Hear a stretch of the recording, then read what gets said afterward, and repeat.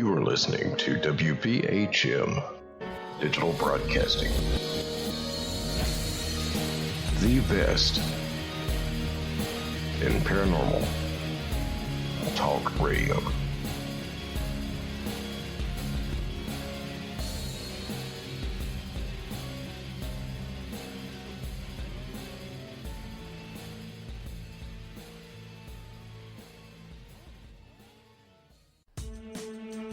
Reaching all the way back to 1948, Fate magazine has brought you reports of the strange and unknown, all of them true.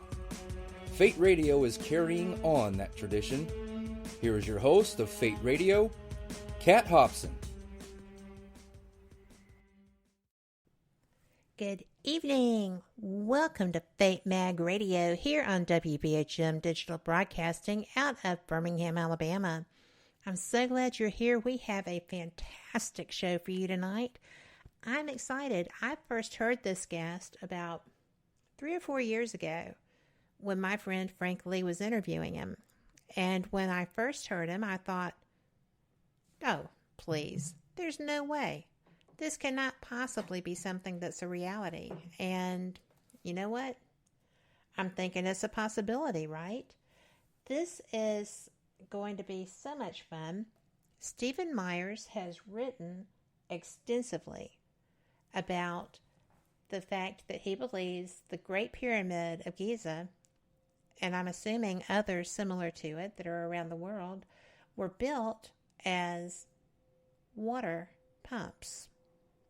And I'm going to tell you that I have spoken and heard someone else that I hold in great esteem as well discuss the possibility. It just never ceases to amaze me. And Stephen, I am so happy to welcome you.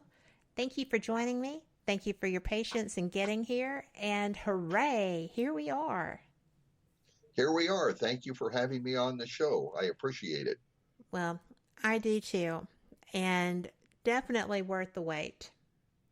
So thank you for that. It is. Oh, it is. You know, I did first hear you several years ago, and I had not yet read the books, right?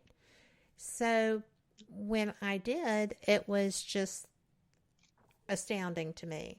I had never even contemplated this as a possibility. Where did you come up with your theory? Well, I have always been interested in technology. My background is a technical background. Several, degree, certificates, that type of thing. I enjoy technology. I'm a ham radio operator and also commercial class FCC radio telephone license. So I've always enjoyed technology and I like history.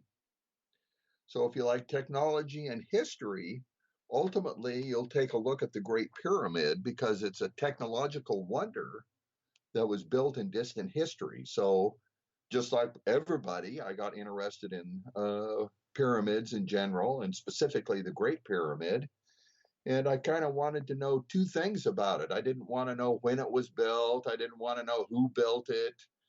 I didn't want to know the religion of the people that built it or anything like that, or even the culture. I wanted to know how this 45-story skyscraper was built.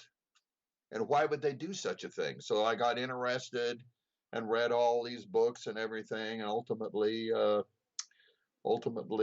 come up with this theory that is actually based on another author's theory. The foundation of what I'm doing is based on his theory. Edward Kunkel wrote a book called Pharaoh's Pump back in the first edition was 1962. So, we built on his research and ultimately started a nonprofit foundation, and we're dedicated to understanding how and why the Great Pyramid was built. Well, the nonprofit is called the Pharaoh's Pump Foundation. And the website in honor again of Edward Kunkel, mm-hmm. and because that's the title of his book, Pharaoh's Pump. So to give him credit and honor, we named it after his book, in effect. Well, your whole purpose is actually to research and develop the technologies that you believe were used to build and operate the Great Pyramid the way the originals intended it, right? That's true. That's what we're doing. We think that the Great Pyramid is evidence that exhibits the idea that ancient people were geniuses, and there's some high technologies associated with the Great Pyramid, precision stone cutting and several other high technologies. And we think that the Great Pyramid was built to be infrastructure and a working machine that would benefit the people that built it. You know, they didn't build it so they could tell us they knew pi. And I don't think that they built it so something could point to something else or have anything to do with stars or religion or whatever. Right, because you're just completely against the whole Orion theory. I've researched it, yes, but I think that they built the Great Pyramid to help people in a tangible way. Yes. And we think that the Great Pyramid is a unique and efficient water pumping system that would really help modern mankind.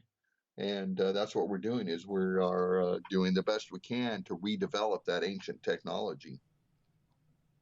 Well, I know that a lot of the graphics in your book fascinate me because I live in the land of locks and dams. I live in Alabama, and we have a complete lock system from one end of the state to the other. Yes. Realistically, you should be able to kayak your way from the Tennessee line into the Gulf of Mexico. So I'm not unfamiliar with your theories relevant to how they actually were stepping up. What I was really fascinated by, however, was the fact that they had to take such massive pieces of stone so high. And that was overwhelming to me to contemplate because it would be so difficult in theory. It is. Well, it is difficult if you're an Egyptologist.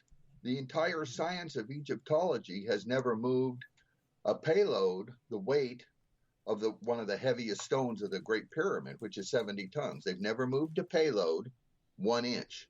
So yes, it can be very hard. But in the real world, which I think the Great Pyramid was built in the real world, real people needed to achieve the engineering feat of moving heavy stones. And I think that they used water locks similar to those in your area.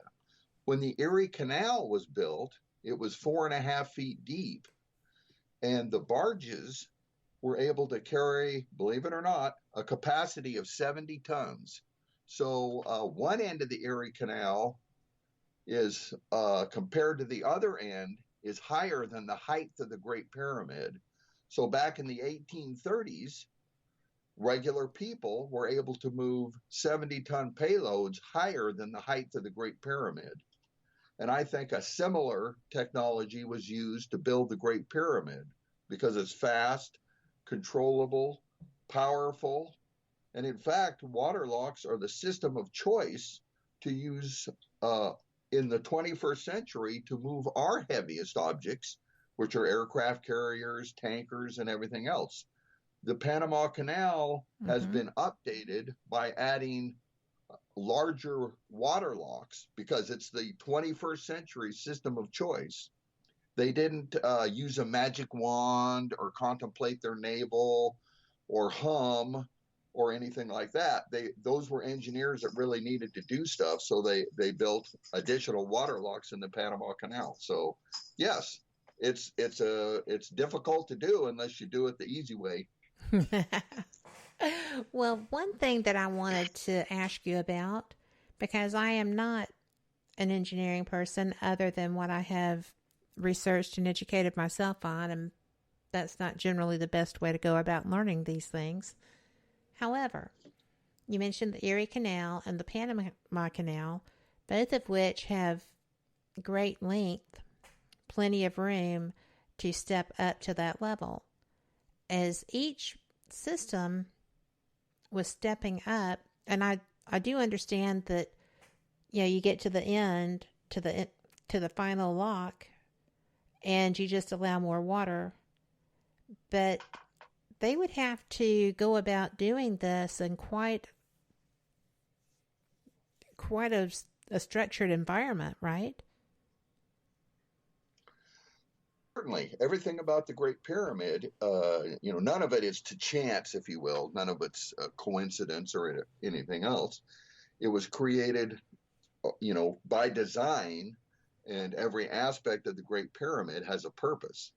And so, yes, we think that the water locks at the Great Pyramid construction site were incorporated into the casing stones, which are cemented together watertight. The casing stones that still are at the Great Pyramid are cemented together watertight. So, excuse me. So anyway, there's a series of water locks that go up the casing stones. We have a free video series on our website at thepump.org, which depicts that fascinating and very visual process in great detail. I don't know if you've watched all of that, but I've does watched show the vast majority.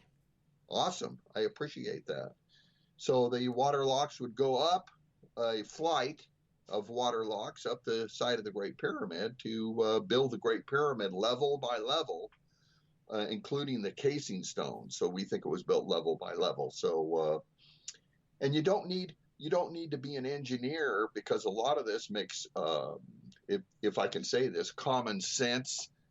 People that watch the video series or read my books, my feedback is a lot of people say that it's compelling. And it is compelling. Actually, I appreciate that, and that it makes sense. So, the interest has been very high. But they can watch the video series to see how all the stones, including the capstone, if there was one, was set in place. And it's quite a lot of computer generated animations for people to see the whole process. Two things that I learned over this past summer were one from an Egyptologist, one from Eric von Daniken.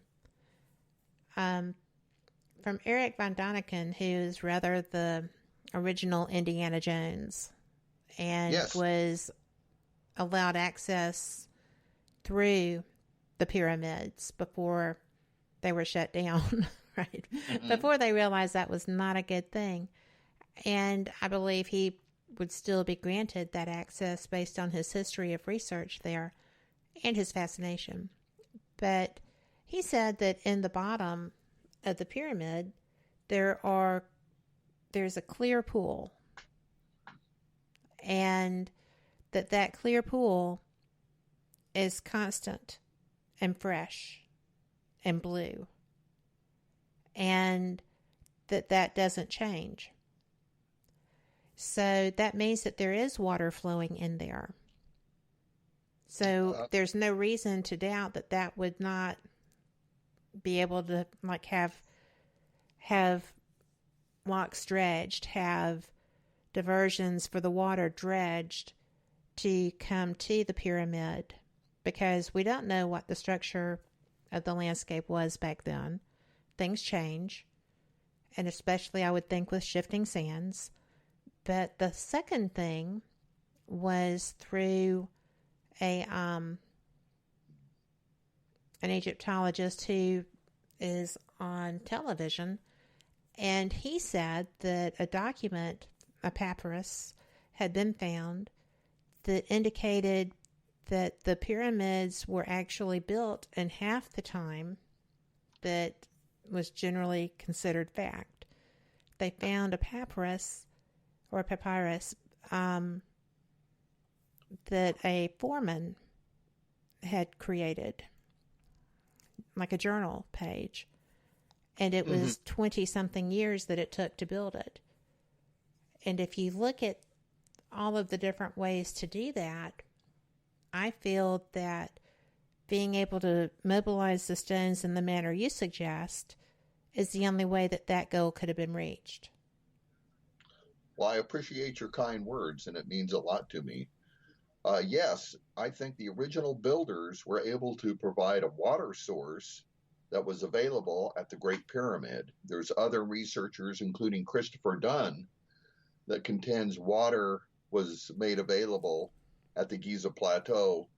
There's scholarly debate, either underground or by surface, and that he even contends that water entered the descending passage that went down towards the subterranean chamber.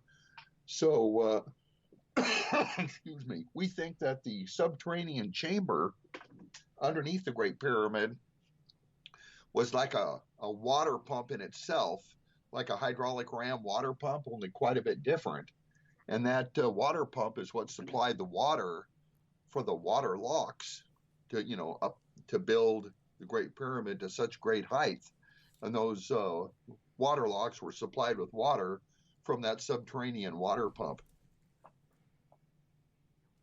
Well, I just think that I heard an awful lot of people speak over the last couple of years that I've been researching this and, doing my show and going to listen to lectures. And there's nothing, the majority of people believe in the dredging theory, that they looped the Nile around into the area where the pyramid is. I don't know, where do you suppose that the pump to get water into the base of the pyramid, such as the pool maybe that Eric was talking about, was placed? That's a possibility, but there's scholarly debate as to how water was made available to the Giza Plateau. Certainly, there's a profound link between the Great Pyramid and water. Herodotus described the Great Pyramid as being like an island surrounded by water. There used to be an enclosure wall around the Great Pyramid. When Napoleon was there, his savants, if you will, drew early pictures that depict that wall. That was the 1700s, 18th century area. But that wall is now gone. But we think that enclosure wall helped impound water for the construction process. And then Sir Flanders Petrie, an early Egyptologist, he found Nile earth inside the Great Pyramid, which is sediment. And there's a host of other pieces of evidence that indicates water was associated with the Great Pyramid. But some say the ancient Lake Maurice supplied water to the Great Pyramid. Other people contend that water was from a subterranean source. So, the Sphinx is eroded with water, and there's other water-related features on the Giza Plateau. That just amazes me.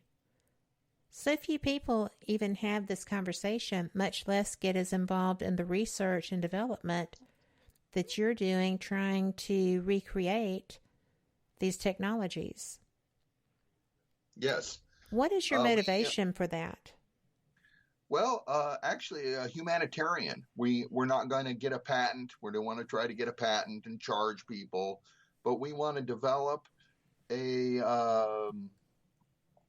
water pumping system that will be an alternative to using hydroelectric power to pump water, or using nuclear generated electricity, or using fossil fuels. It's mainly humanitarian. It's not a get rich quick scheme.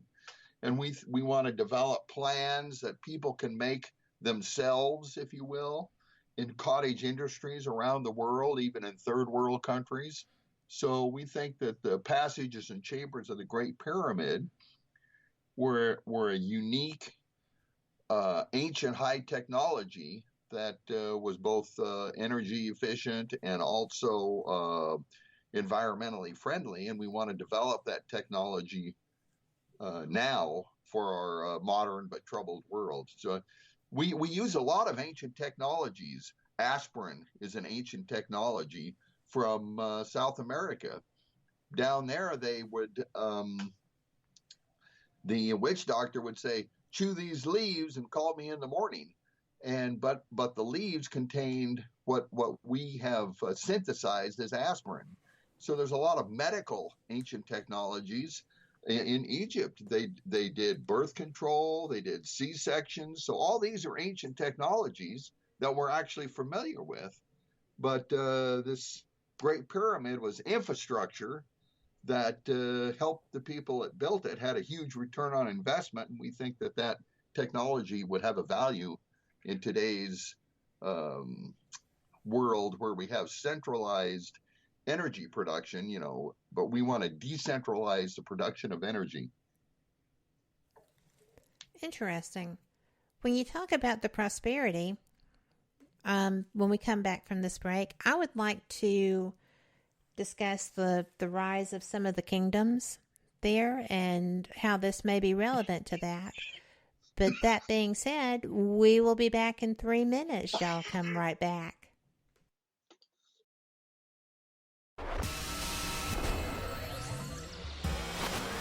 You are listening to WBHM Digital Broadcasting, Birmingham, Alabama.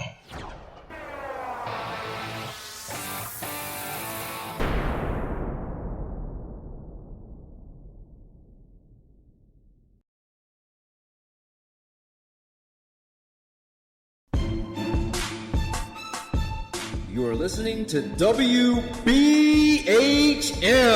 Digital Broadcasting, the best in paranormal talk, only on Paranormal Experience Radio. Broadcasting live out of Birmingham, Alabama.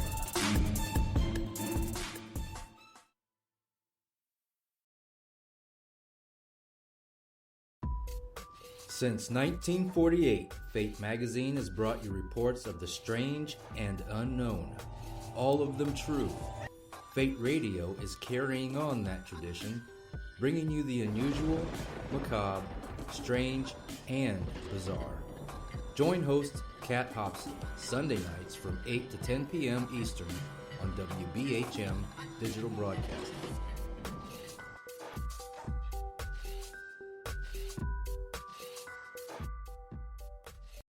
Son of a... Hey, son. Mother... Son? What are you doing? Hey, Mom. I'm getting ready to listen to Periscope Uncensored. By expanding your vocabulary. Well, it is uncensored. Son, the uncensored part of Periscope Uncensored is Jax and I getting down to brass tacks with all aspects of the paranormal. There's no fluff on our show. So, no off-color commentary? I didn't say that. Awesome! Son? I just hit my head. Oh boy, I'll go get you an ice pack. Catch Periscope Uncensored Thursday nights at 9 p.m. Eastern, only on WBHM Digital Broadcasting.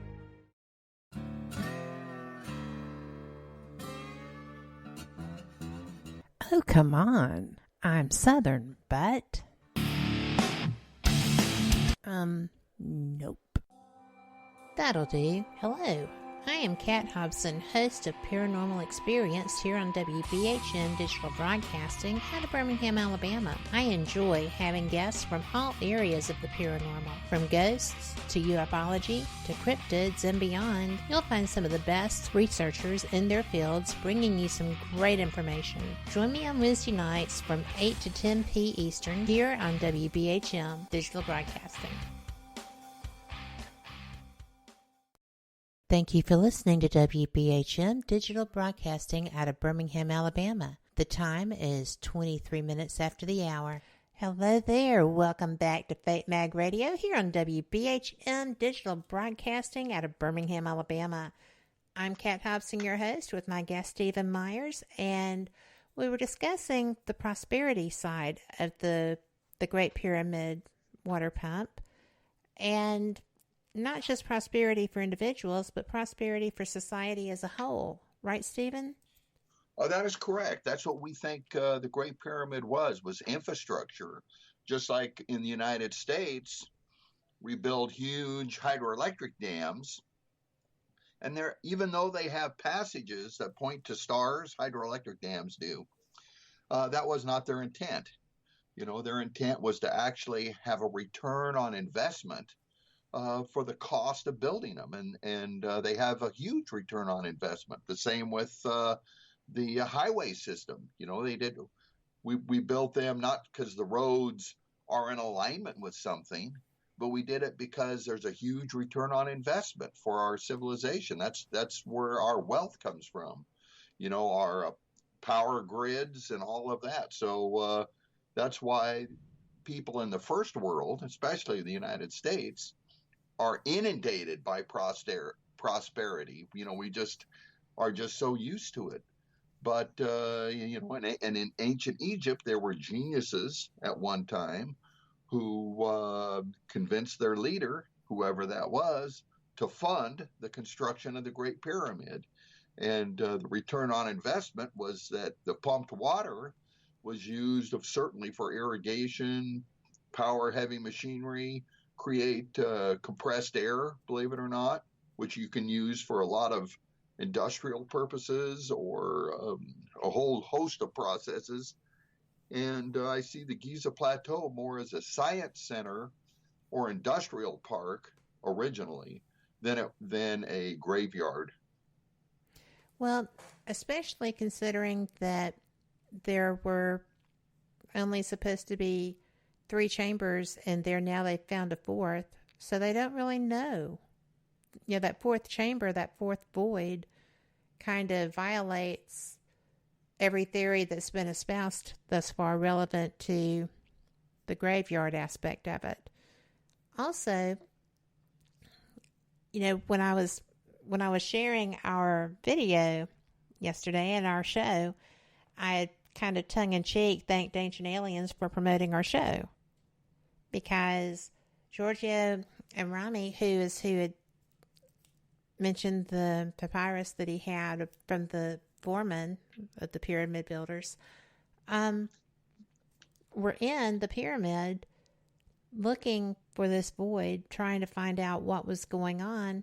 And Giorgio even noted that while most of the pyramids had hieroglyphics through them, the walkway they were going through did not. And that the Great Pyramid really lacks the hieroglyphics that the others have. And yes, that's correct. I found that to be an interesting thing, given that I knew I was going to be talking to you tonight. And I would have liked to have been able to pick up the phone and say, "Yo, Giorgio, why don't you dial in, dude?"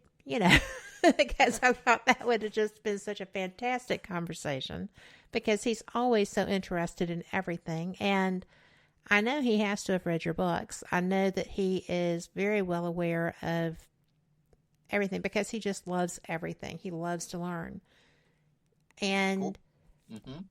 Mm-hmm. But he was pointing out differences that you're aware of as well that makes one wonder what exactly was the purpose of this structure. Right.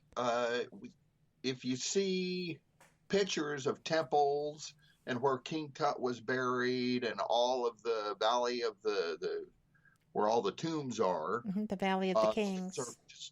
Yes, Valley of the Kings. They're all covered with hieroglyphics and writing and pictographs and all of that, all over everything, all the temples, the columns. But the Great Pyramid has no formal writing inside of it at all. So I find that interesting too. So either they were built by different civilizations or they had very different purposes. It's interesting that a car engine, inside the cylinders, they don't have any writing in there because it's a machine. You don't need any writing inside there. You don't intend someone to be there. Yes. Yeah, you don't need any writing inside of it. So, it's not a tomb, certainly. And there is some contention that there is a 4th void above the Grand Gallery, if you will. We've all seen the pictures on the internet and Facebook. And that void was supposedly discovered by a scan, but some of the scans of the Great Pyramid have produced contradictory results. The scan before that scan detected the internal spiral ramp, if you will. We've all heard of that. But then the scan after that didn't detect the internal spiral ramp, but did detect this void that the other scan didn't. So scans can produce some contradictory evidence, and hopefully we can get more information and more understanding of these various voids that have been detected by scans. Well, I am not familiar with all of the ones that went before, but were they all indicative? I mean, this void has shocked Egyptologists around the globe. Yes. But were other voids cited in other scans? Yes, the earlier while back, there was another scan that supposedly detected an internal spiral ramp, but the most recent scan didn't detect that internal spiral ramp. So it wasn't there. No, the scan didn't detect it. So wow. That's the evidence, but the interpretation of the evidence is a different thing. So what I'm saying is these scans produce scant evidence, or evidence that is up to scholarly debate or interpretation. So we need to find out more information. I'm always in favor of more research, more understanding, that type of thing. Well, because it's just so much fun. Oh, it is so much fun to learn things that just completely were unheard of, right? I think that is one of the best things, is when you get new information and everyone is like, and then it's the talk of the globe. It is. But the builders of the Great Pyramid were geniuses. They weren't knuckle draggers. No, they were not. They didn't care about us at all, so they didn't build anything to tell us something. What they wanted was their children to eat every day. Just like that's why they built the Grand Coulee Dam or the Hoover Dam. Yes. People wanted to be able to see at night. So they built this great infrastructure, and it turned poverty into prosperity, and it turned the desert into a garden. And that's what the Great Pyramid was all about. It was a life machine, and it had nothing to do with death. People are always so surprised that something like that would be possible in a desert area. But, you had the Tigris River, which was so powerful in transforming Iraq, when they were able to channel that water and create those gardens back in the day. And it was a paradise. You are correct. The largest structure in North America is the Grand Coulee Dam, and it is built on the Columbia River in eastern Washington. And that dam, biggest structure in the world, it makes electricity, but it's also a self-powered water pump. It uses that electricity to run big pumps that are inside the dam up to this higher reservoir, and then it irrigates 1.5 million acres. So it's pretty amazing, and its operating cost is for the year is paid for after it runs only for 2 weeks.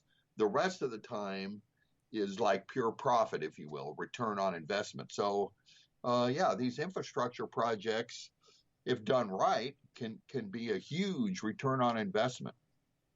That's astounding.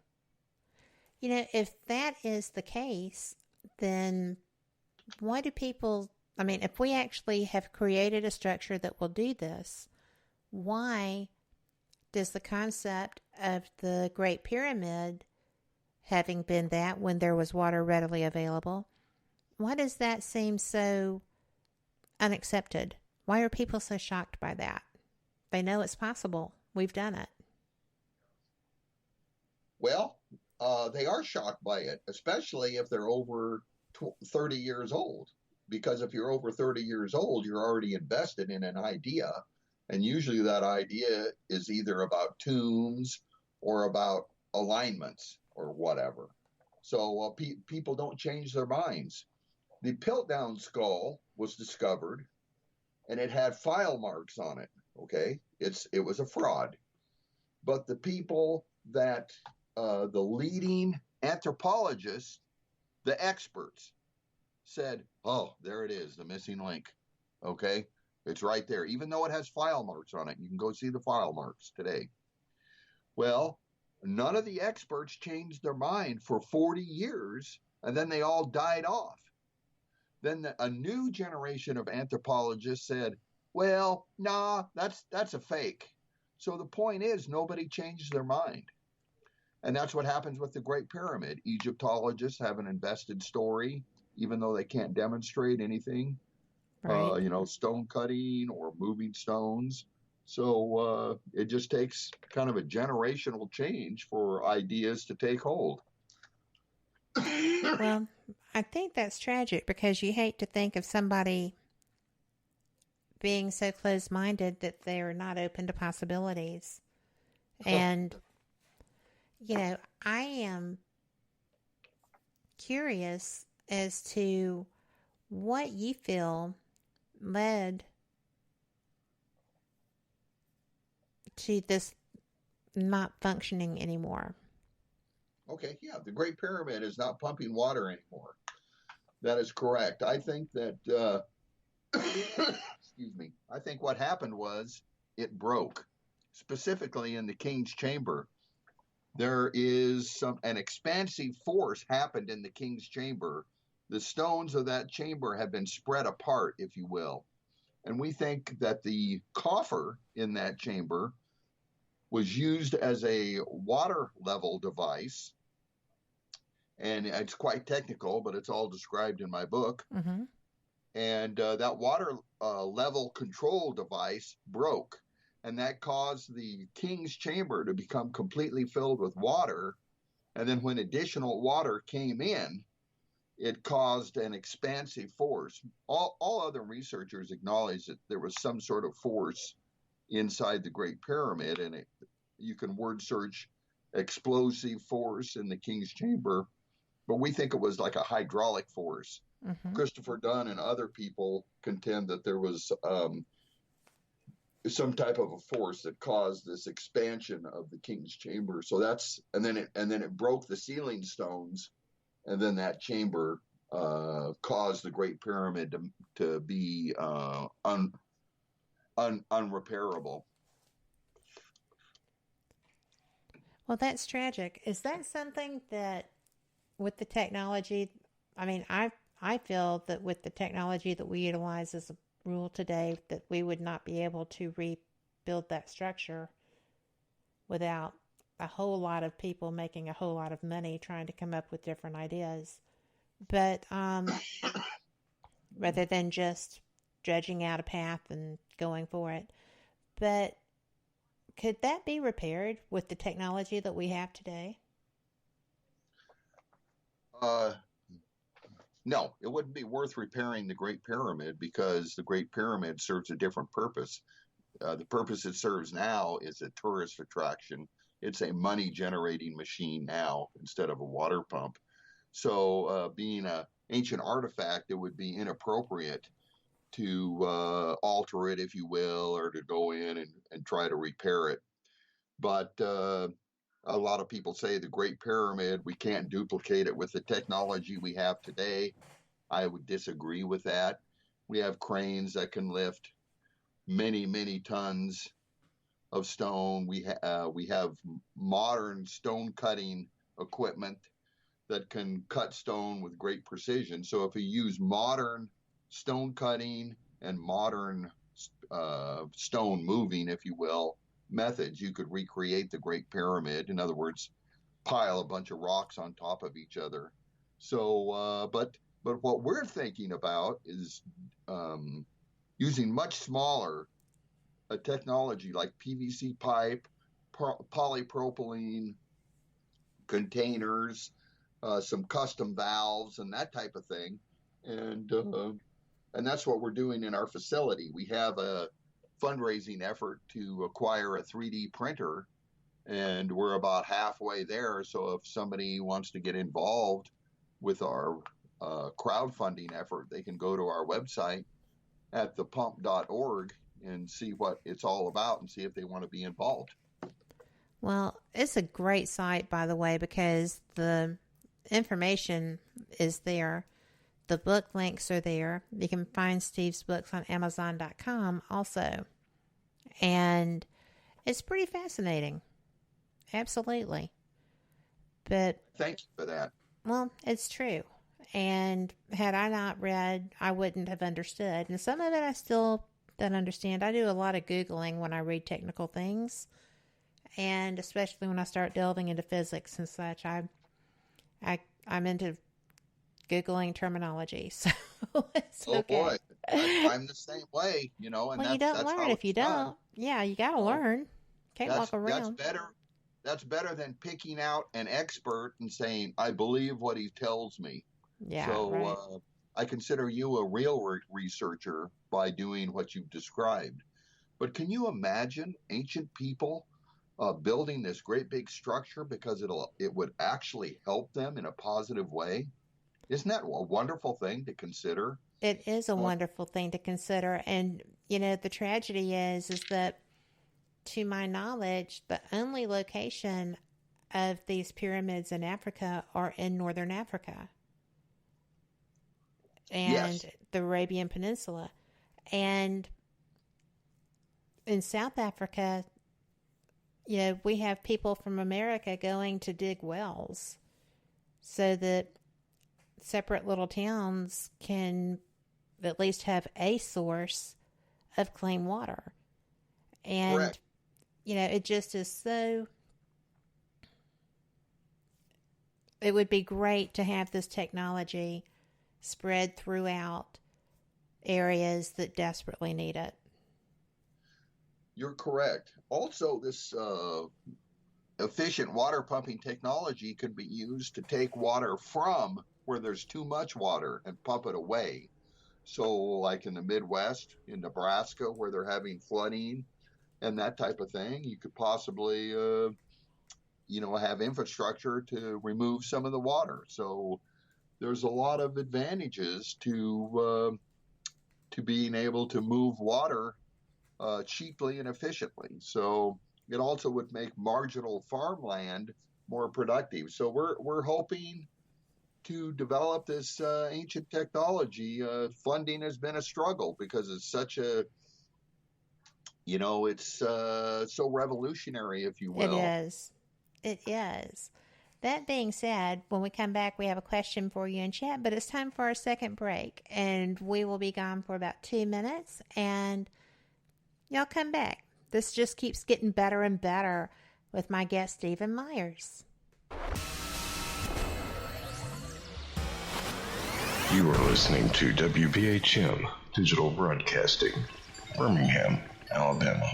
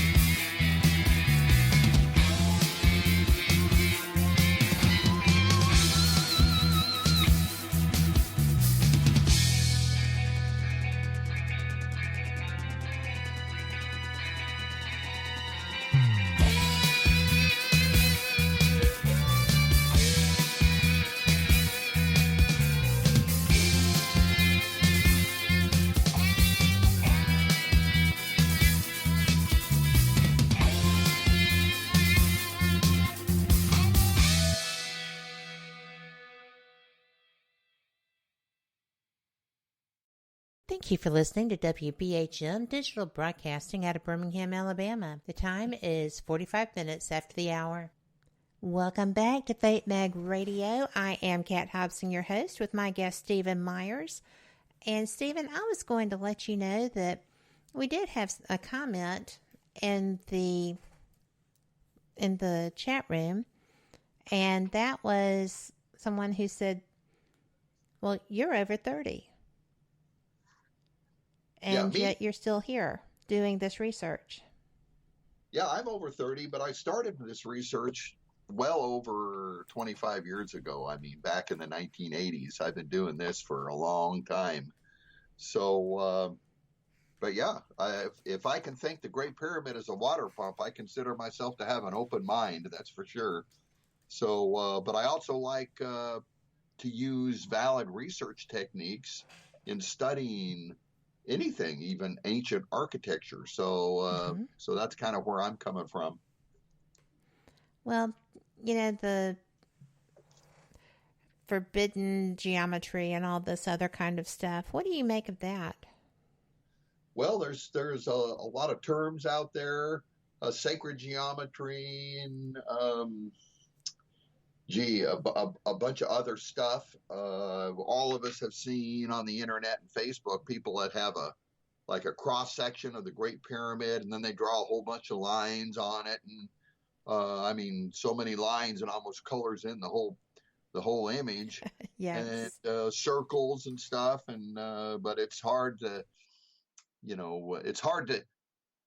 to justify that was intended by the original builders. In other words, a lot of those are correlations, between something that points to something or a line, but there's no causation. And so I'm not into sacred geometry at all. Sacred geometry didn't move stones. Pi didn't move stones No. to build the Great Pyramid.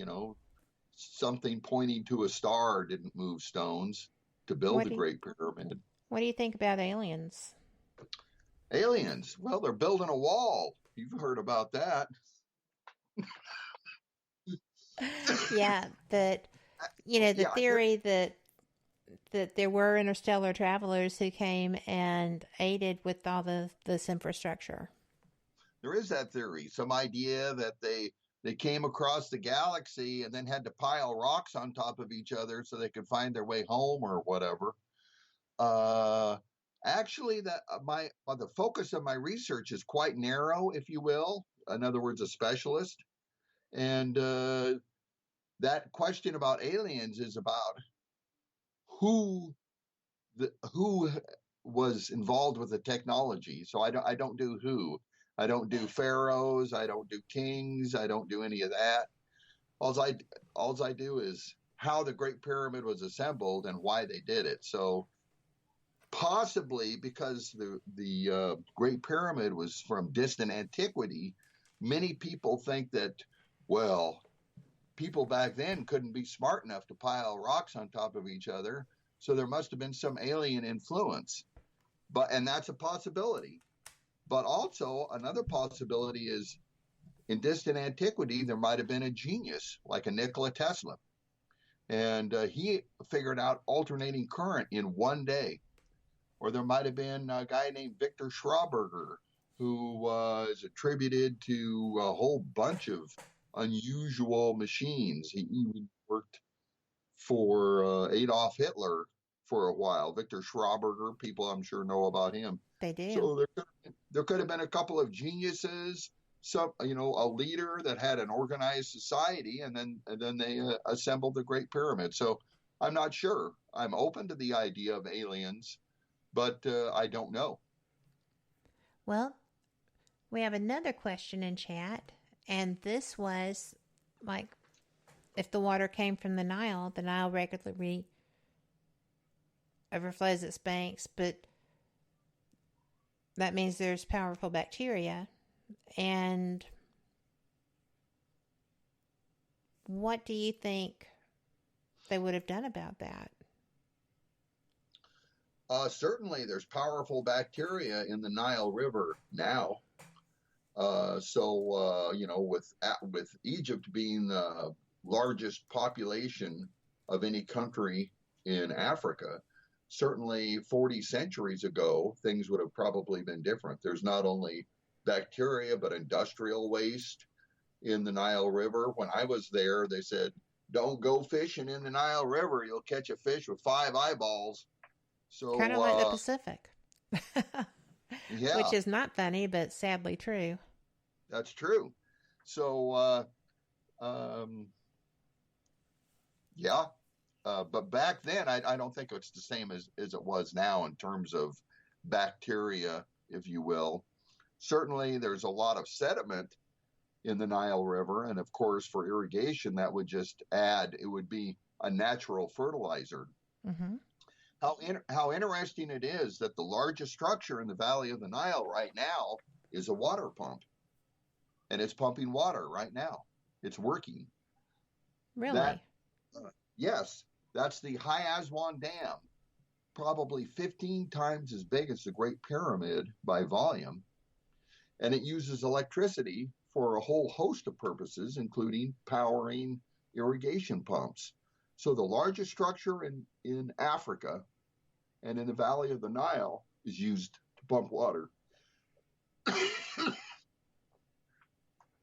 I do find that interesting. It is interesting. So modern people, they're smart enough to know, well, if we build this big infrastructure, we can irrigate year round instead of through the yearly inundation, which isn't enough. So they built this High Aswan Dam, for prosperity, and it worked well. That is fascinating, because if we're smart enough cookies to do that now, why couldn't they be smart enough cookies back then? Yes. So in ancient times, in the Valley of the Nile, they built a huge structure as infrastructure to pump water. In modern times, in the Valley of the Nile, they built a huge structure that is used to pump water. They operate differently, certainly, but it's very interesting to look at it that way. It is. Mm-hmm. The High Aswan Dam has passages that point to stars, but everything that points up points to stars. So, Well, I am one of those people who find fascination in the fact that those pyramids are aligned with all of 3 stars of Orion's belt. I also find the ley lines and energy grids part of my fascination as well. But that doesn't eliminate the possibility that this is simply a mechanical structure. They could have been thankful to the heavens for having been given the skills to be able to build that. Certainly, there's a lot of possibilities. Certainly. Mm-hmm. Yes. One does not preclude the other. Not necessarily, but the Great Pyramid could have been built thousands of years before the other 2 large pyramids, and they could have, and then whoever built the other 2 pyramids could have thought that they looked like, the Milky Way, or maybe looked like a puppy dog or whatever. They wanted to look like a cloud that looked like something else. But there has been another theory about the Great Pyramid called pyramidology, and that was very popular about 70 years ago, where people compared the Great Pyramid with the Bible. There's a lot of data points in the Great Pyramid. It's a complex structure, and the same with the Bible. And then they made comparisons and came up with a bunch of correlations. But in terms of research techniques, those correlations didn't have they weren't validated by having a causation. So they were just comparing oftentimes unrelated data points. So there's a question about the research techniques involved with the Orion correlation theory, if I can be bold to say that. I know it's a popular narrative right now, almost as popular as the biblical correlation theory was 70 years ago. I'm loving this. And Brenda in chat says, well, has it been carbon dated? The other pyramids. Well, the Great Pyramid has several times, and the results have been inconclusive to my notion. They have different results. You can't carbon date rock, but the mortar or the bonding agent between the stones has some organic material, and that has been carbon dated. But they don't know if the samples have been contaminated. They don't know if the samples were from repairs well after the building was originally built. So there's a lot of controversy about carbon dating, but certainly when the Great Pyramid was built is not the focus of my research, but probably it was built pre-catastrophe, either pre-flood or pre-ice age or whatever, because it doesn't appear that the civilization that we know of as ancient Egypt has the technology to cut stones that we know of to the precision that the stones were cut. So it's hard to say. Too cool stuff. It blows me away that there are so many questions, and yet, as in this case, there's already answers, and people don't even realize this work has been going on. I mean, my research, you mean? Yes. Or what? Yeah. Well, and it's before it's you. Hard to get the word out. It's even before you took up this mantle to carry it forward. This is not a new theory. And it's not a new theory. And someone actually doing the science to get the specs to get an idea of what to do is probably newer. You know, somebody being fired up about getting out there and getting this done is probably new. But the concept itself is not. And it is not.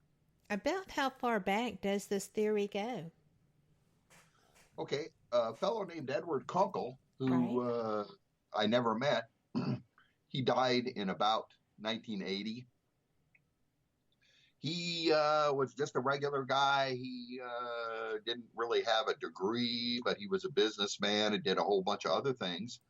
But he was kind of like me in that always on the back burner, always in his mind was the Great Pyramid, how it was assembled. And he studied it since the 1930s, this idea, and he would give lectures and everything. This is even before the internet. And ultimately, in 1962, he published his book called Pharaoh's Pump. That was the first edition in 1962. So it was privately published. He couldn't get it published by a publisher, of course. And he, never could get funding for experimentation. So he did some experimentation, but everything was hampered by lack of resources. And, he died a penniless man. So it's too bad. He also wrote One Bright Day, which is his autobiography. Interesting story. It, too, was privately published, but with limited distribution. So I would recommend both of those books. And but he died in certainly in obscurity. A few other researchers mentioned him in passing, and I got a whole, had to interlibrary loan his books. I interlibrary loaned all versions of his book that he privately published, and it was fascinating. It was very technical and sometimes hard to follow, but I really. It really rang true to me, his direction of research. But yeah, and here it is since, the 30s. It's almost 100 years now. Yes. That this research has been going on, and a lot of people still don't know about it or aren't familiar with it, or they will instantly reject it. Oh, no. I found a lot of people doing that when I was discussing the show topic. But we are at the top of the hour. And we'll be back right after this news break. And you know what? I know we could all use a little good news today, so here's hoping. We'll be back after this. Live from NPR News in Washington, I'm Lori London. Attorney General William Barr says he expects to release the special counsel's report by mid-April, if not sooner. NPR's Carrie Johnson reports the document is nearly 400 pages long. The Attorney General says he's willing to testify before the House and Senate Judiciary Committees in early May. Bill Barr says he's making progress in reviewing Special Counsel Robert Mueller's report. The AG says there could be redactions to protect grand jury material, sources and methods, and ongoing investigations. But Barr says everyone will soon be able to read most of the report on their own. He says he doesn't believe it would be in the public interest for him to summarize the report or to release it in bits and pieces. The AG says he'll make the report public after he delivers it to key members of Congress. Carrie Johnson, NPR News, Washington. President Trump's national security advisor is blasting Venezuelan President Nicolas Maduro for using foreign military personnel to stay in power. As NPR's Michelle Kellerman reports, that now includes direct support from Russia. In his written statement, National Security Advisor John Bolton strongly cautions actors outside the hemisphere from deploying military assets to Venezuela. He calls it a direct threat to international peace and security in the region. The U.S. Special Representative on Venezuela, Elliot Abrams, won't say what the U.S. might do in response. I would just say that we have options, and that I think it would be a mistake for the Russians to think they have a free hand here. They don't. Russia has sent troops and equipment to Venezuela, and Abrams says the U.S. is watching. Michelle Kellerman, NPR News, the State Department. About 1 million protesters took to the streets of Algiers today. It's the 6th straight week of demonstrations demanding the resignation of Algerian President Abdelaziz Bouteflika. Jake Siganero in Paris tells us this has been the biggest demonstration yet. Week by week, the crowds have gotten bigger in the capital and around the country. Bouteflika canceled upcoming presidential elections, and since then, even his closest allies say after 20 years in power, it's time for him to go. The military chief says the president is unfit to rule, but protesters suspect that it could lead to a military coup. They don't want any semblance of the current government and want to completely rebuild Algeria's political system. That's Jake Siganero reporting. While many resent the power held by Bouteflika, they also reject the idea of army intervention in civilian political life. Today's report on consumer spending suggests the economy slowed down in the first quarter. Consumer spending accounts for more than 2/3 of the U.S. economic activity. On Wall Street, the Dow closed up more than 200. This is NPR. Legendary filmmaker Agnès Varda has died. She was 90 years old. In a career that spanned more than 60 years, she was known as the mother of the French New Wave, as NPR's Elizabeth Blair reports. Agnès Varda was known for poetic explorations of the human condition. A drifter, a singer waiting to find out if she has cancer. At age 88, Varda and the street artist known as JR traveled the French countryside in the documentary Faces Places. On village buildings, they plastered enormous photos of the locals they met, farmers, striking dock workers. As Varda put it, people with no power. Chaque visage a une histoire. Every face has a story, Varda says in the film. Varda was a trained photographer, and it shows. Critic Roger Ebert said she captured the essence of her characters in their placement in space and light. Agnès Varda received an honorary Oscar for her body of work.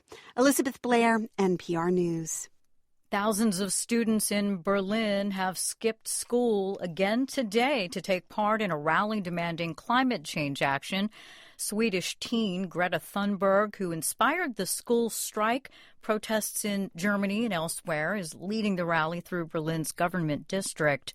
The weekly protests have been mostly welcomed by German politicians, though some say they shouldn't be done during school hours. One student responding with a banner stating, "I'll go to school if you cool the planet." This is NPR News. Welcome back to WBHM Digital Broadcasting out of Birmingham, Alabama. The time is 5 minutes after the hour. Hello there. Welcome back to Fate Mag Radio here on WBHM Digital Broadcasting out of Birmingham, Alabama. I am Kat Hobson, your host. Tonight I'm joined by Stephen Myers. Stephen is an advocate for the Great Pyramid's function as a water pump, and he has created the Pharaoh's Pump Foundation. You can find that website at www.thepump.org. And, this is a topic that I find fascinating because when you stop to think about the pyramid, the Great Pyramid, as a piece of infrastructure, well, all the things that don't make sense about it kind of fall into place. And it's something that I heard Stephen talk several years ago, and I kind of researched the idea, read his books, and I'm sorry to say I'm rusty on them. I've been refreshing. But the whole concept, while unusual, is not unrealistic. I mean, we do things like that. We're pretty fascinating. We have people who are intelligent that come up with methodologies to do that. I'm married to a machinist who is frankly astounded by the construction and the stone cutting that is involved in that, as well as other ancient sites. He just thinks it's astounding that people could do that without power tools. Well, if they could build a water pump, they could figure out power tools, right? That's correct. The Industrial Revolution started with water power, if you will. In the United States, it was in the Atlantic Northeast, and they had waterfalls, so that's where they built the factories. They could power, factories with water wheels. So water and machinery go hand in hand since the Industrial Revolution. So yes, and we think that the Great Pyramid, the pumped water, was used probably to generate electricity, power machinery, and do a host of other things that we may not even know about. Well, they didn't all just sit around and draw pictures. So, no, they didn't. I mean, that is fascinating. The methodologies used to communicate in that time frame are astounding to me. What's even more astounding to me are the people that can interpret them. I am so in awe of people that do that work and have done all that research, and my hat is off to them because I don't have the patience. I studied Latin and it made me cross. So we have a comment in chat, which is, the Romans had water running in their homes. They just didn't know about lead poisoning. So why could the Egyptians also not have figured out how to pump water inland? I mean, that's true. There's other histories, other places in history that accomplished this. This is not an isolated incident. Yes, the ancient Romans did have an extensive aqueduct system. Yes, and but they did use some pipes that were made of lead, and there was consequences to that. So, but yeah, there's a lot of high technology in ancient times.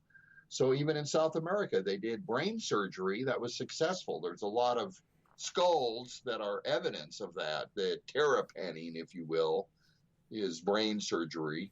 And so ancient people were geniuses. They weren't knuckle draggers.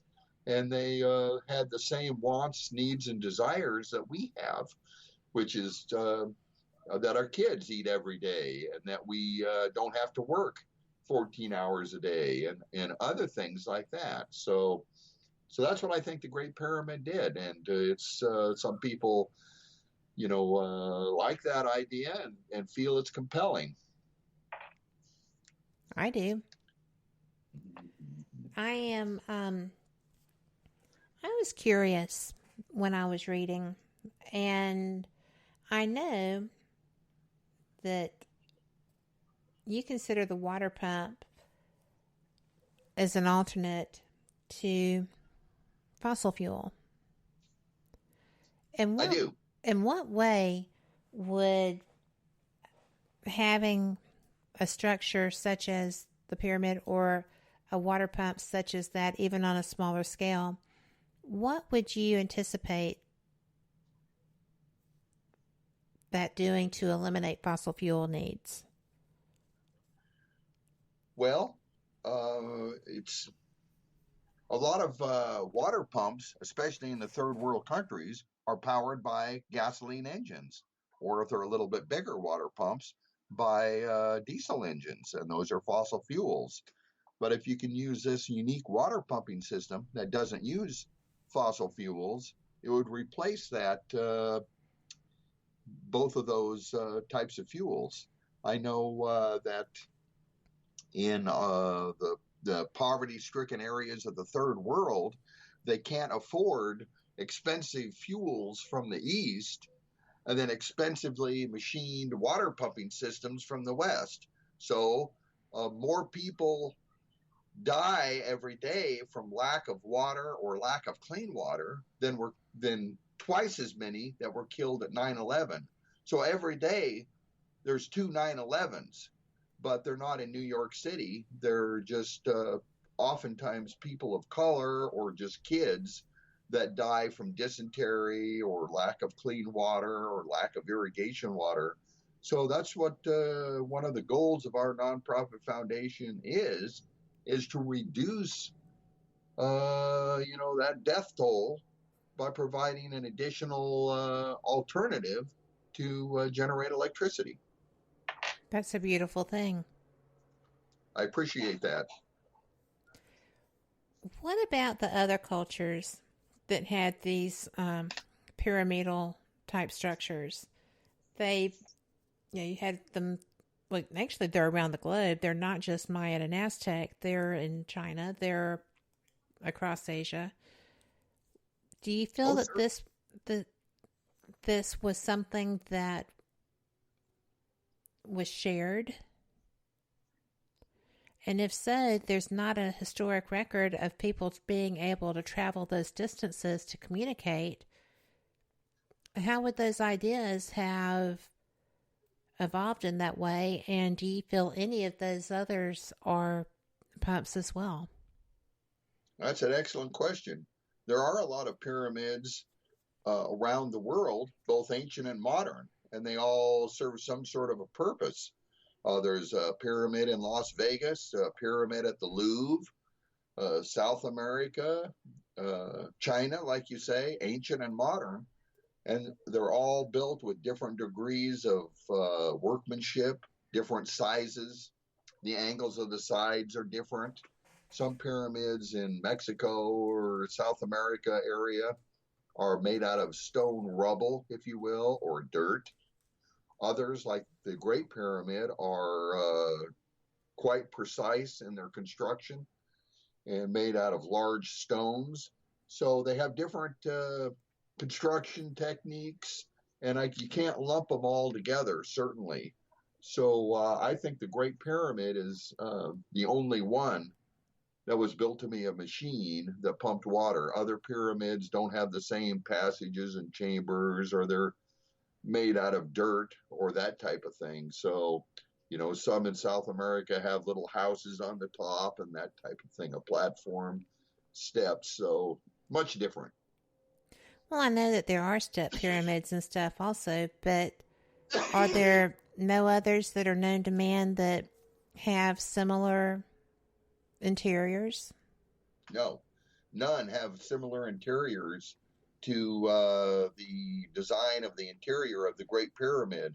The Grand Gallery is known for having stones that were placed together. You can't even put a razor blade between them. Right. And they have mortar that's stronger than the stone itself between the stones. If the Grand Gallery wasn't already built inside a wonder of the world, it would be a wonder of the world. And the Great Pyramid is associated with the subterranean chamber and all the other chambers and the vents. So no, it's unique in the world and there's no other pyramid like it. And I think that it alone was built to be a water pump, and other pyramids had different purposes, built with different ways, and served different functions. But there are others that are built to that degree of machine work and the fitting together of the stones. Yes, the pyramid right next to the Great Pyramid that still has some of the casing stones on top of it, it has some precision stonework. But the smaller pyramid, Bukhari's pyramid, it is just a little bit more primitive. So the sequence of construction of the pyramids, even on the Giza Plateau, is under scholarly debate, and certainly who built them. So, but in terms of being a functioning water pump, I don't think any of them, other than the Great Pyramid, did that. So, but my research is not about if the other pyramids are not water pumps. My research is about the Great Pyramid being a water pump. But it would be nice to find that technology in other places, because I know that a lot of the stonework and building structure in Peru is of similar quality. Right. And similar precision. So that's why I asked that.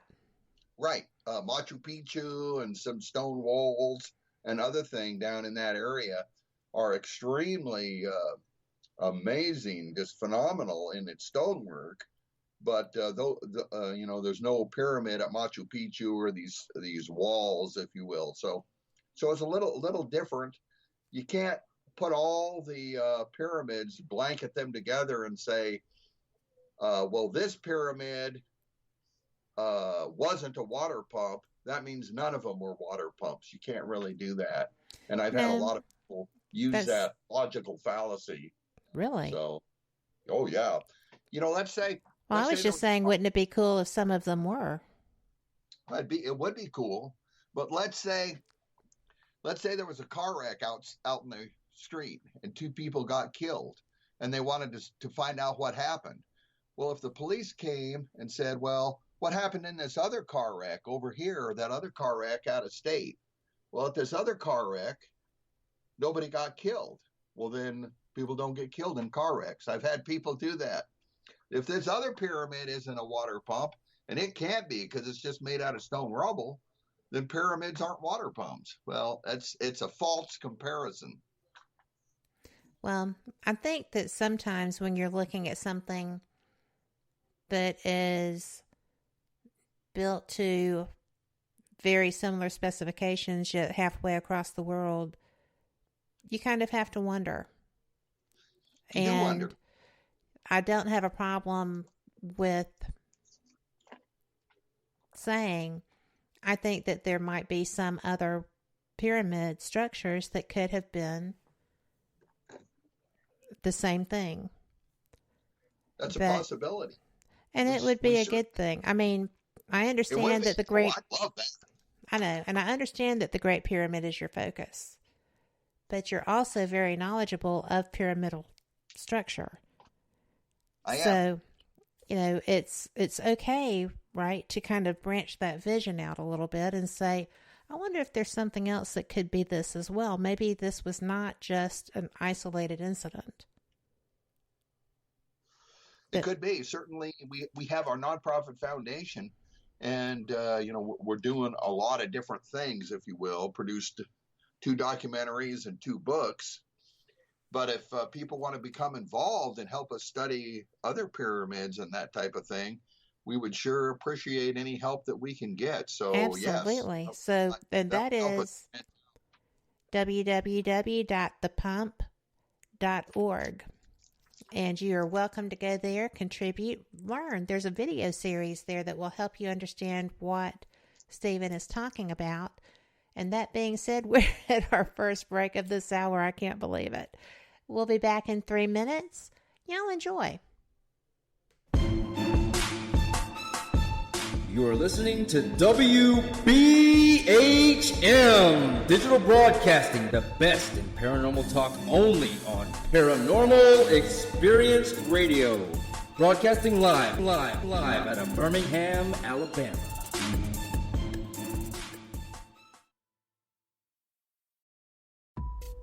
Since 1948, Fate magazine has brought you reports of the strange and unknown, all of them true.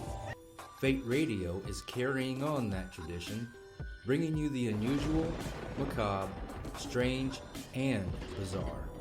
Join host Kat Hobson Sunday nights from 8 to 10 p.m. Eastern on WBHM Digital Broadcasting.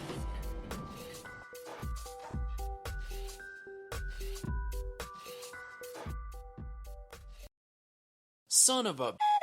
Hey, son. Mother... Son? What are you doing? Hey, Mom. I'm getting ready to listen to Periscope Uncensored. By expanding your vocabulary. Well, it is uncensored. Son, the uncensored part of Periscope Uncensored is Jax and I getting down to brass tacks with all aspects of the paranormal. There's no fluff on our show. So, no off-color commentary? I didn't say that. Awesome! Son? I just hit my head.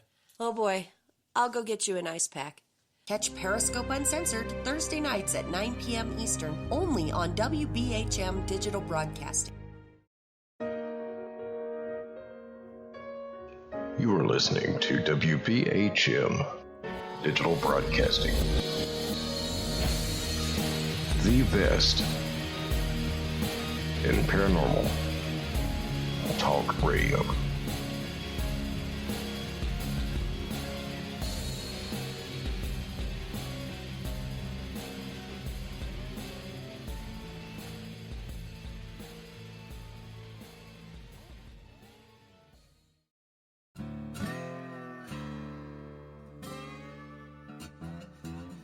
Oh, come on. I'm Southern, but...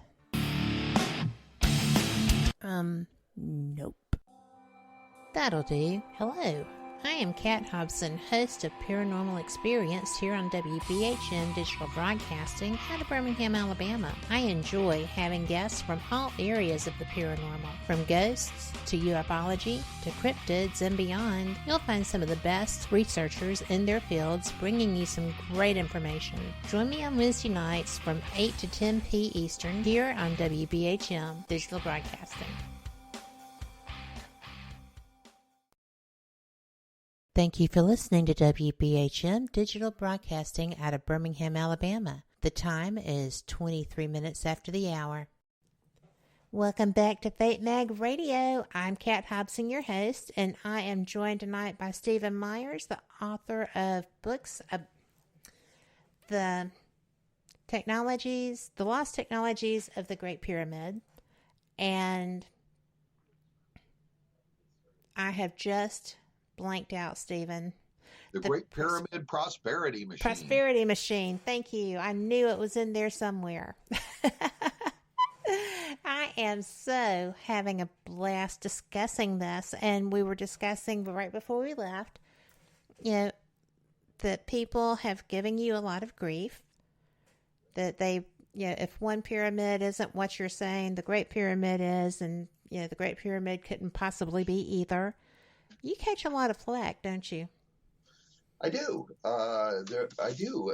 There was a guy named Alexander Fleming, and he noticed this mold, and he said this mold, bread mold, is going to make people well, sick people well, and he got a lot of flack for it, and he invented penicillin, and it was not accepted by the medical community for quite a while. They said, "Oh, we don't need penicillin; we're fine without it," or "It's too expensive," or "It doesn't work." And then finally, after almost a generation, or quite a while anyway, years and years and years, he got penicillin accepted by the medical community. He was a botanist, so how could he tell doctors, what to do? So yeah. Every revolutionary idea gets a lot of flack. And another guy, a weatherman, name of Wagner, talked about continental drift. And geologists said, "Oh, no, we can't have continental drift. No, it doesn't work. We can't have it." But then about 40 years later, they came up with plate tectonics. which was exactly the same thing. Absolutely. So, if you don't have a lot of opposition, then you're not doing something right. But a lot of people fold that, under that, Stephen. I appreciate that, but I always encounter other types of people that aren't experts. The people that work in shipyards, the people that are familiar with water locks, like you are. People that don't just believe that the aliens used a magic wand. People that actually look into the direction of my research and they say, "Wow, this is compelling," because the Great Pyramid was actually built. And this description of how it was built is, people say, "Wow, that makes sense." So that's the type of thing that keeps me going. I know that so many different entertainment venues say that there's no way that humans could have built the pyramids, the Great Pyramid especially. And yet, I heard in a lecture a Cairo-born Egyptologist who is in this entertainment venue on occasion say, we have this papyrus that says the Great Pyramid, which we thought was built in 50 years, was built in 27. Yes. That means humans built it. There is a foreman on the job who had a journal that wrote this in his journal. So that would be, to me, conclusive evidence that humans did build the pyramid. I do think that humans built the Great Pyramid. They may have had some technology from aliens, but I do think humans built it. I really do. And they built it with a purpose in mind, that was bigger than the cost of building it. So, yes, humans built the Great Pyramid. There's a lot of things that we have built that the people who started it knew they would never see the end of it. The Panama Canal is one of those. We mentioned that earlier. The Panama Canal, a few other things. The highway system, a lot of people worked on that, but didn't see it certainly completed, and other things. So, yeah. Things that are bigger than them. Yes. Are more important to them than themselves. That they know that they're contributing to the future. That they're going to make the world a better place for their offspring. And, I don't think that... I don't necessarily think that the alignment of these pyramids is coincidental. Especially if you were to consider that there was interstellar guidance on the idea. People showed up. They said, what do you think about this? This is what we would suggest maybe trying to do. This is what your result will be. And it will help your community. And then, they left or whatever. And I think that perhaps the alignment would be a tribute. And there's all kinds of different reasons for that alignment. But I just find it fascinating that people even question that this may be what you think it is, what you're convinced it is. It's a neat concept, but it's not unheard of in all of the great societies. That's true. Yeah. For whatever reason, the Great Pyramid was built. It was assembled. And part of my research is the assembly process. Yes. I know that people that are into the correlations and alignments don't really focus on how the stones were moved from one place to another, but the people do really respond in a positive manner. A lot of people, not everyone. Well, that's what makes it interesting, because you give all of this information on the actual building of the pyramid. Right. The That's how-tos. almost the mystery of the ages. A lot of people, when you ask them, well, how was the Great Pyramid built? They'll tell you about pharaohs or about gods or about religion or language or hieroglyphs. But what I do is focus on a technical aspects of a construction project, and to me, that's interesting. Other people have different interests, like what type of hat the pharaoh wore, or clothing, or battles. So everyone has a different focus, and the focus I have is on actually quite a technical level. You think?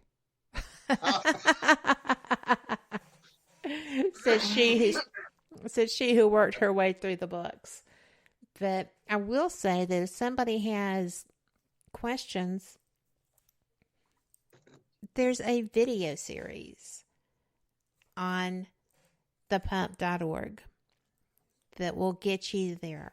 You can look at that, read the books, and you'll understand where Stephen's coming from with this. It's just not an impossibility. But what is the hardest thing in your experience to get people to accept relevant to this? Well, the hardest thing is for somebody who already thinks they're committed to an idea that they think is correct, to question that idea and then replace it with a better idea. That's the hardest thing for humans to do. And people already think, oh, well, they just built a big ramp and they had big back muscles. Well, if that's what you think, a lot of people can't transcend what they already think is true, even when given different types of evidence. So that's the hardest thing. And all I ask people to do is to at least become familiar with the direction of research and then contemplate the information in my books. Both of my books are available as Kindle ebooks, so people could read them right away. Well, I would strongly suggest anyone read those, both of them. The Lost Technologies first, but yes, it's really neat because I don't know how open are Egyptologists. Have you spoken with people like in the Department of Antiquities in Egypt, or anyone who was an Egyptologist who was open to this? Well, certainly my information is available for peer review because it's a book they can read if they read books. But my experience, I've been doing this for quite a while, like 25 years. There's essentially a wall of silence. They won't even say that my research is incorrect. They won't even say it. So that's where they're at. But most Egyptologists, the largest stone they've ever moved is the one in their kidney. Oh, that was good. You know the difference between an Egyptologist and a grave robber? I do not. One has a college education and the other one don't. So Egyptology, its genesis started from people robbing graves. And well, that's a fact, because they were seeking the treasures that were buried with the pharaohs and on down through the hierarchy. Right. They would steal stuff out of people's tombs and then sell it to museums so interested patrons can make their donations and they can sell ticket sales. That's the what Egyptology is from, if you will. So, but now the whole process is much more genteel. They pay a fee, and they're sponsored by a university or a museum to do their dig, but they still take stuff out of people's graves, put it in museums for people to buy tickets. So, it's, and Egyptology does not engage in the scientific method. They never made any type of precision stone cutting using hand tools. The reason being is their story is incorrect. It can't be done. And they don't move heavy payloads or anything like that. So they're just storytellers. And in fact, Egyptology is a science that is now in crisis because they tell these stories generation after generation about the big ramp and all of that, but no demonstrations are forthcoming. Egyptology is the only science that abhors the scientific method. So it's a science that is either going to change or go away. Sciences do come and go. Well, that's true. I'm a paranormal investigator, and parapsychology is a real thing that has only fairly recently been recognized. So I would agree with that. But as far as Egyptology, I want to touch on that again, if you don't mind. We've got a couple of minutes before our break. But sure. When you say that they don't follow scientific method, there is a method to archaeology. There are rules that you have to follow. There are methods in place to do this accurately without damage to the artifacts. I, for one, do not mind that people are doing this and putting stuff in museums that I can go and pay my $10 and go through. Oh, certainly, I know that it's not a science as much. Egyptology is a profession and a field of study as opposed to a science. The archaeology and the carbon dating and such as that are where the science side comes in, right? What other science do you feel should be applied? Yeah, there's certainly scientific procedures need to be followed, but Egyptologists say people drug a 70-ton payload up a ramp without handling scars. That's a hypothesis. That is a hypothesis. So what Egyptologists needs to do if they want to be involved in the scientific method is to provide a demonstration that shows how that's done. But what Egyptology does is they drag around stones that don't weigh 70 tons, but weigh 1.5 tons. Then they drag them several feet and they say that's how it's done. That is just like me saying I can go out into the driveway and pick up a full-size car just by myself. Just grab it and pick it up. Okay? I will demonstrate it by using a Hot Wheels. I'll pick up a Hot Wheels. You well see what played. I'm saying? Yes. It's just farcical. They also, Egyptology presents a hypothesis that precision stone cutting was accomplished using hand tools. Yet, in the 200 years of the existence of Egyptology, they have never made a precision cut stone like a casing stone. They're cut really precise. Yes, they are. So they tell this story, but then there's no demonstration.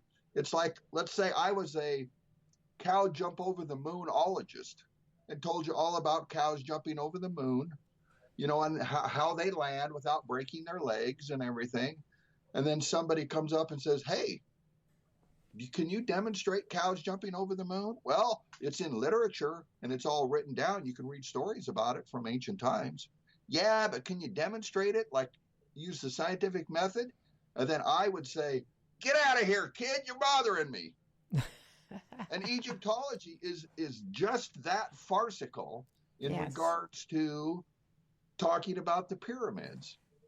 Egyptology is the mindset of robbing graves. So if you come up with you come across a pyramid, that was a tomb for a pharaoh or whatever.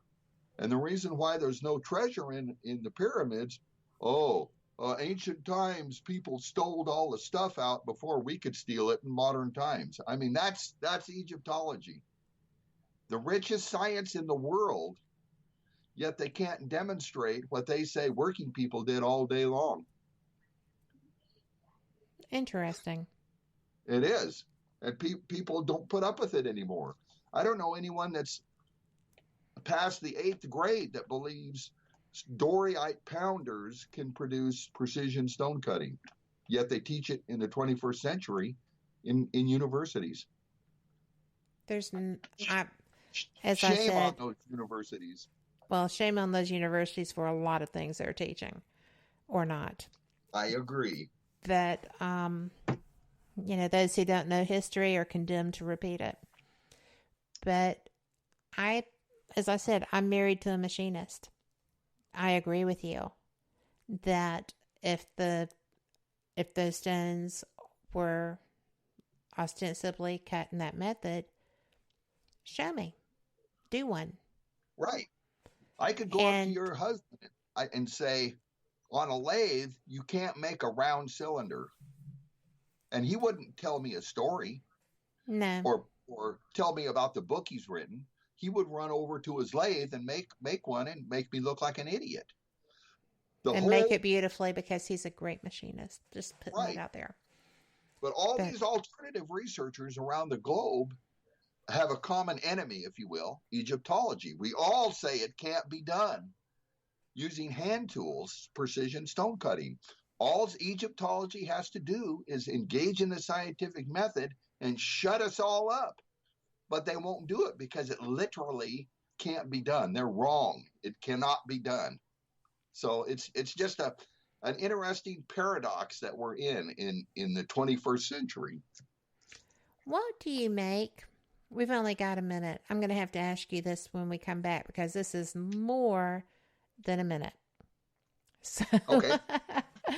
But remind me, because this is relevant to the H blocks that we were talking about in Peru and things of that nature. But with that being said, guys, this is going to be our final break. We're going to come back for our final segment with Stephen Myers, and we are going to get some answers, hopefully, and just continue the conversation. I hope y'all are enjoying this as much as I am. This is a fascinating topic to me, the Great Pyramid as a water pump. But we'll be back. Y'all enjoy, and we will see you in just a moment. You are listening to WBHM Digital Broadcasting,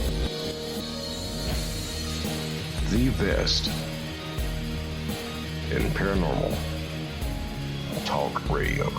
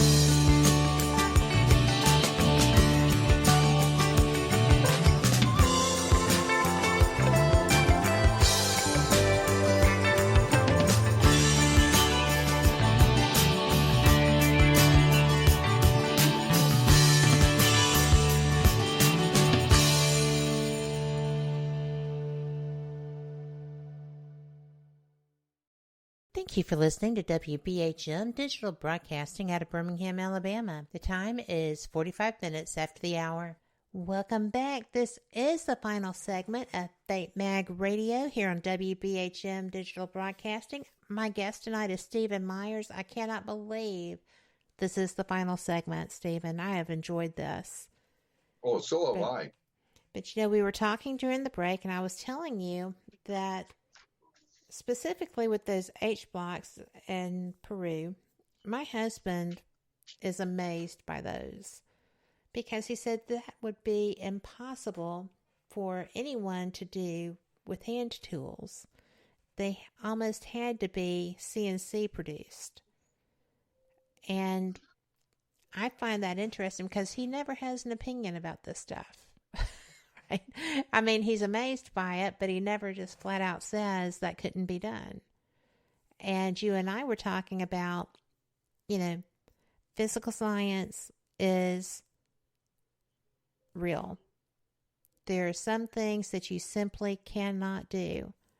There are others that you can show repetition and demonstrate your principle. That's what you're talking about, right? I am. I'm familiar with the H blocks down in Peru. They're fairly large, about 3 feet high, and they have some unique cuts on them, some inside corner cuts, if you will, that as your husband, a machinist, acknowledges the reality that it can't be done by hand. And it has never been demonstrated to be done by hand. So traditional historians say, oh, yeah, these primitive people that lived in huts used rocks and pounded them together and made these precision stone cuts. But their stories aren't accompanied with demonstrations. So it is another remarkable high technology from ancient times that it hasn't been demonstrated, and in fact, it's a type of mystery. Well, some of the ideas floated are, they melted this, and that's how they got it so tight, and well, then the lines wouldn't be straight. That's correct. I sit there and I listen to these theories, and I greatly respect the people who are putting them forward, but they're fallacies. They are. I've heard that there was a plant, but they don't know what plant it is, that if you rub it on stone, it makes the stone soft. And then, it's just, I'd rather say it's not known than to come up with a story that can't be demonstrated. So unknown is okay. Those blocks are amazing. It's just amazing, mind-boggling. It is. But, it's okay to say, I don't know. It is okay. It's better to say, I don't know, than to know something that's incorrect. So, yeah, that's, what was his name? Mark Twain said that. Mark Twain. It's better to be ignorant of something than to know something that just isn't so. And it's hard to overcome that. If you know something that isn't correct, it's really hard to overcome that. Computers can do that. They just write over a file, or you can delete a file, but you can't delete something in your mind as easily. It's very difficult to overcome. It is. And, computers will only produce a product if their code is right. That's correct. They won't just randomly create things. And they will reject something if it's not.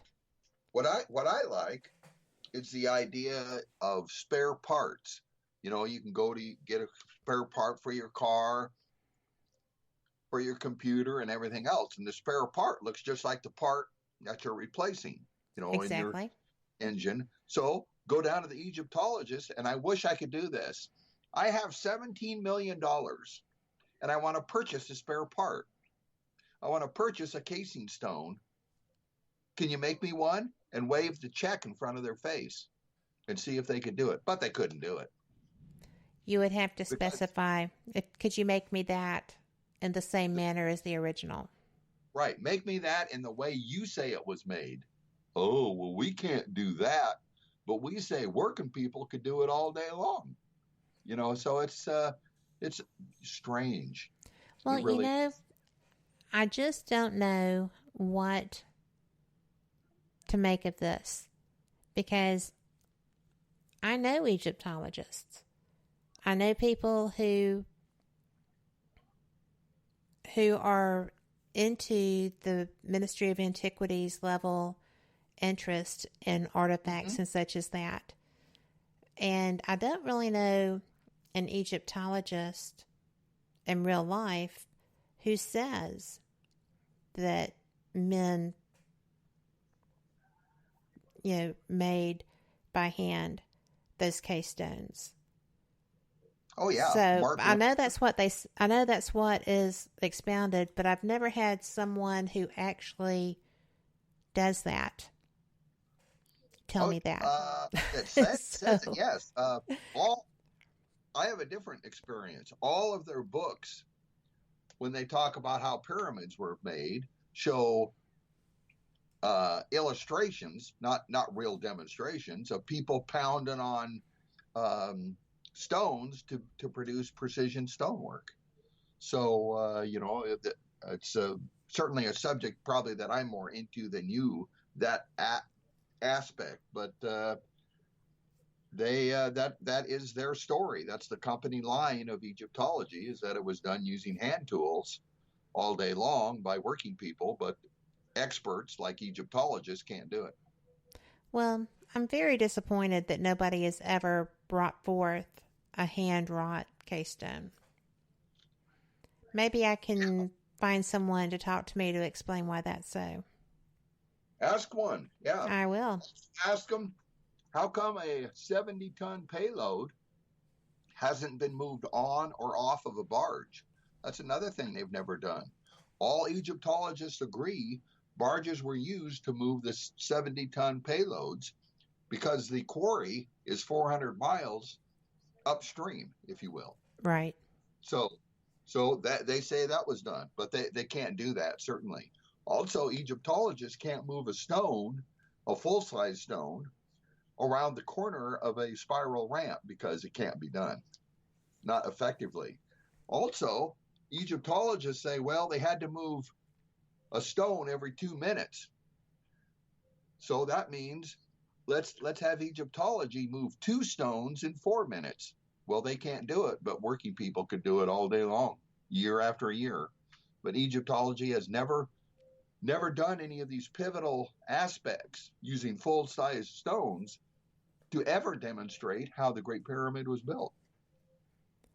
I'm going to say that lends credence to your take on this experience. I do. I have a take, and that is, what don't believe Egyptologists when they talk about how the Great Pyramid was built, because a lot of the things that they say are absolutely incorrect. It's like 17th century information that they're just retelling here in the 21st century. And it's really something, because now we have the methodologies in place to be able to do a great part of that. Yeah.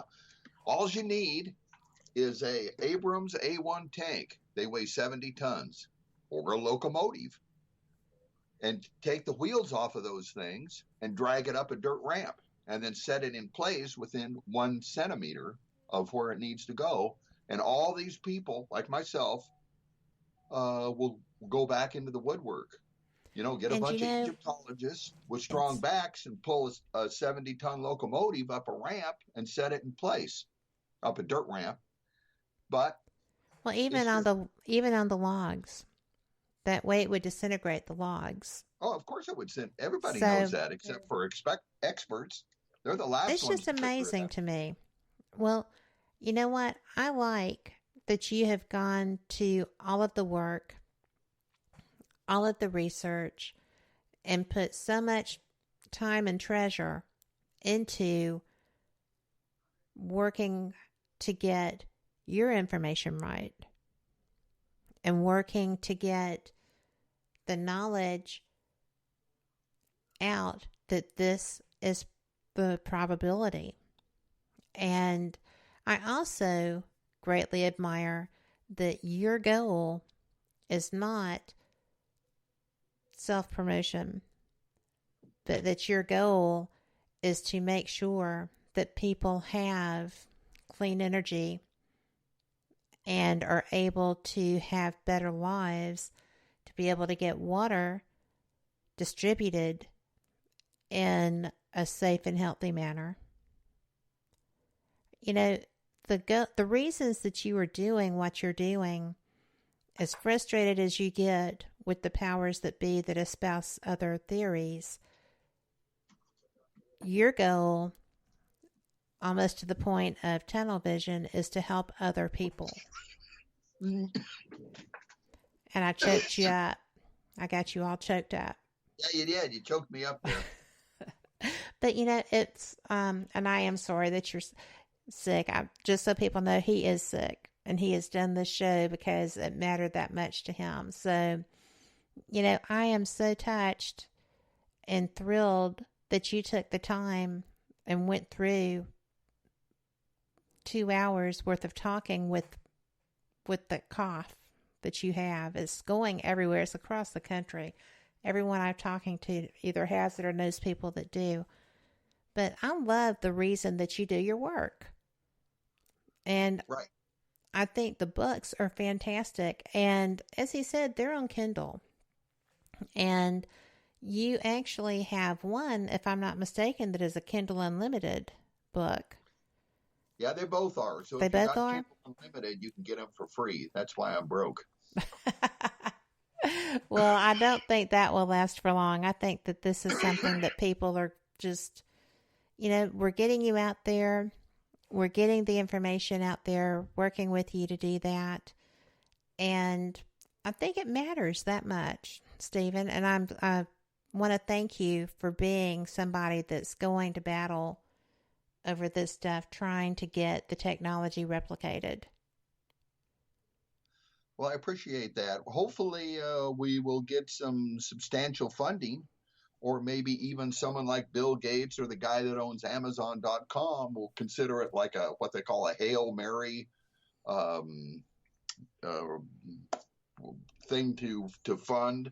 You know, something that they might consider to be a big return, but possibly far-fetched. But if we can get something like that, some type of funding, then we can develop this research and the technology to build these water pumps in the here and now. Well, you know what? There's nothing ventured, nothing gained. And this is something that will alter the lives of so many people. As I said, you know, North Africa, it's tough enough. Central and South Africa, I have friends that go over there and dig wells every break they get to go and build wells for communities in Africa because there's no clean water for miles. Villages, I mean, entire villages don't have any. And so I think that's a pretty amazing thing. No electricity, no infrastructure. No infrastructure, nothing to help them. Yeah, so that's what we're trying to do. I think our goals, you know, with our foundation are the same as the goals of the people that actually built the Great Pyramid. So I do hopefully the things, we're making progress every day in our research facility, and I hope that we can get it going in the near future. I hope so too. Thank you for being with me tonight. Oh, thank you for having me. And for those listening, again, Stephen's website is www.thepump.com. Check it out. .org. So it's perfect. It's got the videos. It's got the book information. It has the background information on why they're doing it.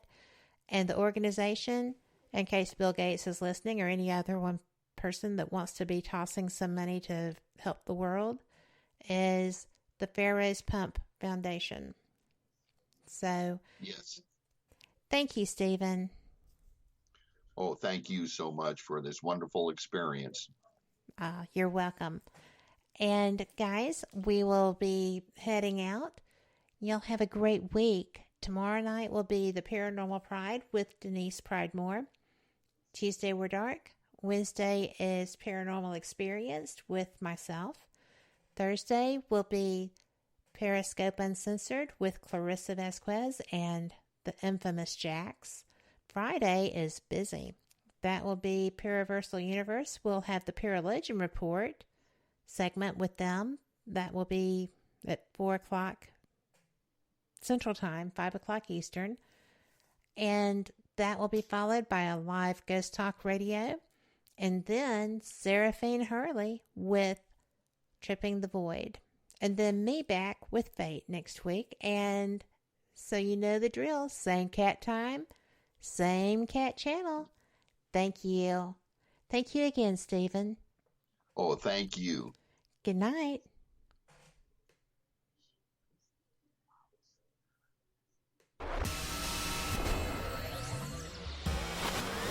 You are listening to WBHM Digital Broadcasting, Birmingham, Alabama.